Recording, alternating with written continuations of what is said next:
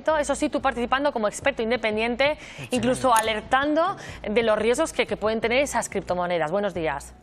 Muy buenos días, ¿cómo estáis? Estuviste en este evento, ¿cómo se desarrolló? Porque lo que estamos viendo en las imágenes es que sobre todo lo que hay es mucha gente joven. Bueno, el mundo del metaverso, las criptomonedas, los distintos criptoactivos, etcétera, por supuesto, lo que atrae es fundamentalmente a gente joven, etcétera. Eso es absolutamente normal en cualquiera de los eventos que se hacen en todo el mundo cada semana, probablemente sobre este entorno. Estamos hablando de dos factores completamente distintos. Primero es el evento fue fundamentalmente sobre la revolución tecnológica que se está dando, no sobre inversión en ningún caso, ¿no?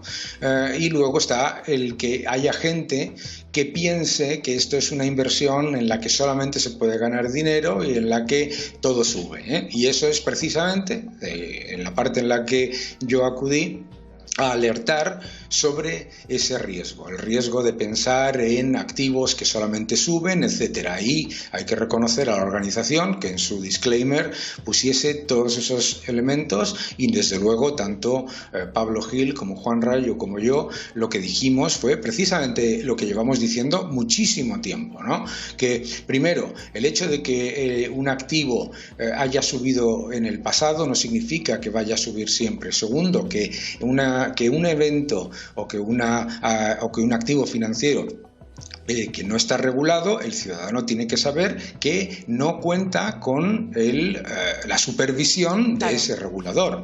Que esté regulado tampoco significa que esté exento de riesgo. Ojo, esto es muy importante también con la gente. La gente debe entender que la regulación no exime ni reduce el riesgo, como sabemos en tantísimos activos regulados que se han quedado a cero.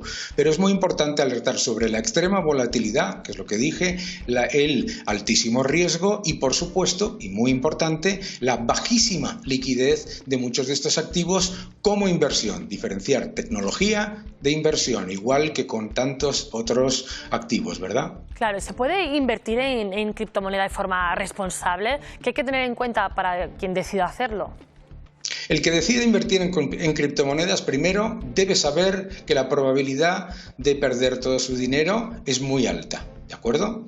Y yo creo que hay muchísima gente, de hecho la inmensa mayoría de la gente, que precisamente porque conoce ese nivel de riesgo, la cantidad que invierte es poca, ¿de acuerdo? Lo segundo que tiene que entender sobre las criptomonedas es que estamos ante una revolución tecnológica en la que la inmensa mayoría de estas criptomonedas, por supuesto, van a desaparecer, porque son como startups tecnológicas. Entonces, como tiene un inversor que plantearse, es exactamente igual que cuando invierte en startups de tecnología o en startups de biomedicina, etcétera, que son valores que pueden caer muchísimo. Es verdad que cuando suben muchísimo, pero se tiende a vender la idea, y ese es lo que alertamos todos los expertos, de que como subió mucho en el pasado o que como subió mucho por una noticia, que entonces va a subir muchísimo más. Y ojo, se repite constantemente la siguiente falacia.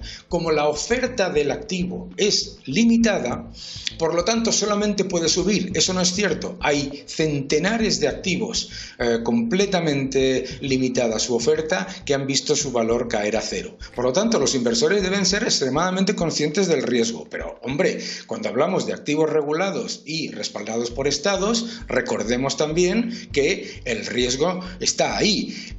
El peso argentino ha caído un 96% en los últimos 10 años, la lira turca un 90%, el real brasileño un 60%, el peso colombiano un 50%, el rublo ruso un 49% y el euro un 24% con respecto al dólar, cuando en ese periodo el Bitcoin estaba subiendo. Así que, por lo tanto, yo creo que lo que debemos ser conscientes es de no existen las inversiones sin riesgo. Claro. Tampoco he escuchado a Eduardo decir la lotería, la que más riesgo tiene, por otro lado, ¿eh? O sea que, por lo tanto, seamos conscientes que estos activos son extremadamente volátiles, arriesgados y de bajísima liquidez. Y encima, si sumamos que no está regulado, aprovechamos que te tenemos, Daniel, para preguntarte sobre el otoño que se avecina. ¿Va a ser tan duro económicamente hablando? Bueno, yo creo que es muy importante y muy positivo, os voy a decir, que se diga que viene un invierno muy duro, ¿vale? Los grandes errores económicos y las grandes crisis que hemos vivido en España y en Europa ha sido por complacencia, ha sido por decir que aquí no pasaba nada, que el problema era de los americanos que eran tontos, que nosotros éramos los que la Champions League, etcétera, etcétera. Me parece un ejercicio absolutamente lógico de responsabilidad, que es el de tratar a los ciudadanos como adultos. Hay enormes retos, y nos enfrentamos a esos enormes retos fiscales, monetarios, en un entorno en el que no se puede acudir al subterfugio habitual, que era bajar los tipos y aumentar la liquidez por parte del Banco Central, porque la inflación está desbocada. Hablas, Pero, Daniel, de retos. Quería preguntarte sí. sobre la subida del salario mínimo. Los empresarios acusan a Yolanda Díaz de ser poco empática. La ministra parece que tiene claro que tiene que llegar esa subida del salario. Vamos a ver. Primero, no está subiendo el salario mínimo, lo está bajando. Está subiendo el salario mínimo en términos nominales, es decir, excluyendo la inflación, que es bajarlo en términos reales. Si subes el salario mínimo un 4% y la inflación es el 10%, los salarios están bajando, primero. Más importante que todo, eso es lo primero, no caigamos en la demagogia argentina de la subida de los salarios nominales. Segundo, da exactamente igual. El gran problema de la subida del salario mínimo es que viene escondida detrás una subida de las bases de las cotizaciones y de las bases imponibles, por lo tanto es una subida de impuestos encubierta a todo el resto de los trabajadores. Da igual, porque subir el salario mínimo en una moneda que estás depreciando constantemente con una política monetaria equivocada, imprimiendo dinero sin control, ese es el gran problema. Y como no pongamos las medidas urgentes por parte del Banco Central Europeo de subir los tipos, que es lo que está haciendo, pero es que los gobiernos tienen que hacer otra cosa, que es acabar con esa política constante de aumentar el déficit, sí o sí, se crezca o no se crezca, porque el aumento de déficit es aumento de unidades de moneda nuevas creadas que se están consumiendo, es decir, imprimir más moneda, y cuanta más moneda imprimes, su poder adquisitivo baja. Repito, en los últimos 10 años un 24% con respecto al dólar, que tampoco ha aumentado su poder adquisitivo. Ojo. Y ese va a ser uno de los temas de cara a este invierno, que yo creo que ya nadie niega que va a ser complicado. Daniel Lacalle, muchas gracias. Un fuerte abrazo, muchas gracias.